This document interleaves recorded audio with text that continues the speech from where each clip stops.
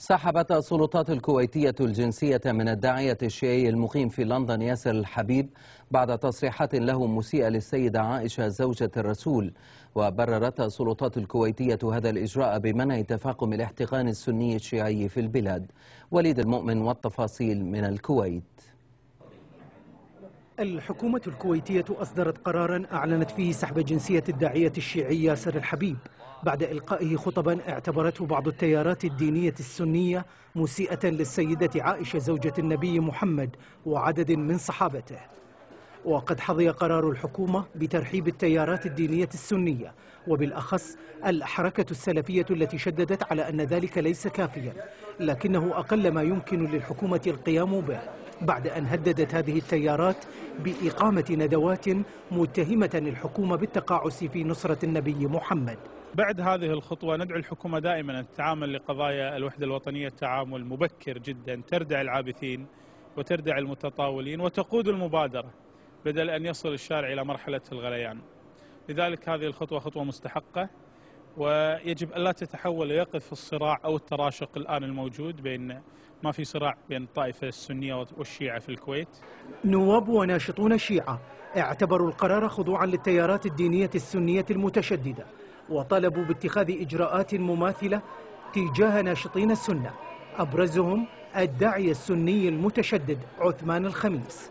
البلد محتاجة للاستقرار، محتاجة للهدوء، لكن من يحتاج هذه القضية هم التكفيريين، هم يحتاجون هذه القضية لأنهم أصابهم الضعف والتشتيت والهزائم السياسية، والآن تشتت قاعدتهم، فكانوا يحتاجون قضية جدا يعني قوية، ولم يجدوها داخل الكويت، إنما استوردوها من بلاد بعيدة. إغلاق المساجد في الكويت بعد أداء فرائض الصلاة مباشرة منعا لأي تجمع تلقى فيه محاضرات دينية قرار اتخذته الحكومة الكويتية ضمن سلسلة قرارات شملت حظر التجمعات العامة لأكثر من 20 شخصا، وهي إجراءات قالت الحكومة إنها اتخذت للحيلولة دون تفاقم الاحتقان السني الشيعي في البلاد. سحب جنسية ياسر الحبيب قد يؤجج الاحتقان الطائفي في البلاد أو أن يهدئه ولو إلى حين، في وقت أطلق فيه الحبيب قناته الفضائية، الأمر الذي يتوقع المراقبون أن يبقي أجواء التوتر قائمة. وليد المؤمن BBC الكويت. معنا في الاستوديو الشيخ ياسر الحبيب. شيخ ياسر، بداية مرحبا بك. يعني كل هذه الأزمة والتوتر وما حدث في الكويت من سحب جنسيتك وجنسية أبنائك يعني بسبب التصريحات المسيئة بحق زوجة النبي محمد، يعني ما الذي استفدته من إطلاق هذه التصريحات التي تثير بلبلة طائفية؟ يعني أنا أتصور أنه الاستفادة مع قطع النظر عن كونها أخروية في تصحيح المنهج الديني القائم، فإنها في الجهة الأخرى تساعد أيضا على أن يكون هنالك نوع من التوازن في تقييم الشخصيات التاريخية، وهذا شيء مطلوب لأنه على المدى البعيد يمكن أن ينزع الحساسية من مناقشة شأن هذه الشخصيات.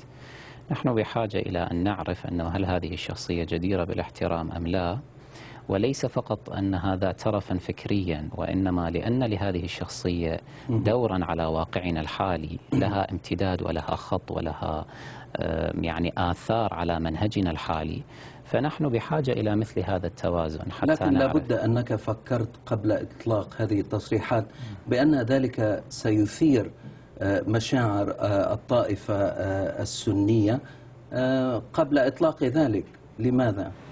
لماذا لم تأخذ ذلك في الحسبان جيدا؟ فليكن بالنتيجة إذا كان الأمر كاعتقاد عندي كل كلمة حق ستثير لا شك، وعالمنا هذا مليون بالتناقضات. يعني هذه كلمة حق من وجهة نظرك؟ من وجهة نظري لا شك. وبالنتيجة الإنسان الذي يؤمن بشيء لا يمكن له أن يعطله من أجل أنه طرف آخر يرى أنه هذه الكلمة تثيره. المهم أن هذا الأمر، هذا النقاش يجري، فليكن هنالك جدل لا بأس به، ولكن المهم أن لا يتعدى طور الجدل الكلامي إلى أحداث عنف على الشارع أو يعني هذا الجدل حتى أنه جاء على حساب التوتر الطائفي في الكويت وزعزعة النسيج الاجتماعي فيها؟ أحد أهم أسباب هذا التوتر الطائفي في الكويت وغيرها أن هذه الملفات الخلافية في تقييم الشخصيات أو الملفات المذهبية الخلافية لا تبحث على الملأ العام.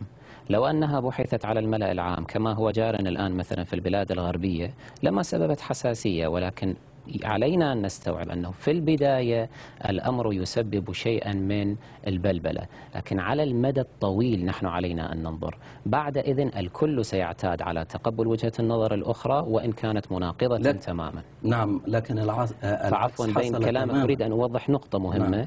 إني أعتقد بأن إثارة مثل هذه الملفات والنقاش فيها على الملأ العام سيسهم في نزع التوترات أو في تخفيف التوترات الطائفية والمذهبية في المستقبل. لكن ذلك أدى إلى زيادة التوتر في هذه الفترة. ماذا لو أطلقت الطائفة السنية تصريحات أساءت إلى الطائفة الشيعية؟ كيف كنت لتنظر إلى ذلك؟ كنا نعتاد على ذلك منذ زمن، وكانوا دائما يسفهون حتى بعض رموزنا الدينية. ومع ذلك إن كنا نعتب عليهم أو مثلا نجابههم بشيء فلا نتعدى طور الكلام. المشكلة عند الطائفة الأخرى إنها تريد أن تتعدى الرد علينا، تتعداه عن مستوى الكلام إلى مستوى الفعل باليد وعلى الشارع. طيب هنا الإشكال. لماذا لا يترفع الطرفان عن ذلك ويتعدى كل منهما عن الإساءة للآخر؟ لا يمكن. أنت أمام منهجين مختلفين وأمام دينين مختلفين بالنتيجة، لابد لأن الأديان بالنتيجة مسألة حتمية الصراع بين الأديان والمذاهب. طيب. أمر حتمي، كل ما هنالك علينا أن نبقيه في إطار الجدل الكلامي، هذا المطلوب. تم اليوم سحب جنسيتك الكويتية، هل بلغت رسميا بذلك من قبل السلطات؟ رسميا لا، وإنما سمعت من وسائل الإعلام. نعم. يعني طيب ما الذي تنوي أن تفعله الآن؟ لا شيء، القرار لم يفرحني ولم يحزنني أيضا. أوكل أمري إلى الله. طيب إلى ماذا استندت الحكومة الكويتية في سحب الجنسية؟ حسب الذي قرأته أنها استندت إلى نقطتين. النقطة الأولى أني يعني عندي ازدواجية في الجنسية بدعوى أني عندي جنسية عراقية أخرى، والنقطة الثانية أني لجأت إلى دولة أجنبية والمقصود نعم. بريطانيا. والنقطة الأولى خاطئة، لأنه أنا لا أملك جنسية عراقية، وإنما كل ما أخذوه علي أني حينما خرجت من السجن وعبرت الحدود من الكويت إلى العراق ومن ثم من العراق إلى إيران، عبرت من العراق إلى إيران بجواز عراقي آخر أخذ مما يسمى سوق مريدي، يعني كان جوازا مزورا للعبور فقط. طيب. فقط للعبور. نعم. أنت تعكف على إنشاء قناة بدأت بثها التجريبي، قناة تسمى بفدك. ما الذي يوحي حول هذا الاسم؟ وثانيا هل يعني أنا أرى صورتك هنا مكتوب عليها التشيع هو المستقبل أو التشيع هو المستقبل، هل ستكون هذه القناة منبرا لإثارة الفتنة الطائفية؟ لا مشاحة في الاصطلاح، لا أتوقف عند هذا التعبير الذي تفضلت فيه، لكنني أقول بكل صراحة هذه القناة ستسمي الأشياء بمسمياتها وستحاول أن تبحث كل الملفات الخلافية بيننا وبين الطوائف والأديان الأخرى بكل صراحة. من أين مصادر تمويل هذه القناة؟ المتبرعون ممن يعتقدون بهذا المنهج الذي نمثله. الشيخ ياسر الحبيب، شكرا جزيلا على مشاركتك معنا. شكرا لك.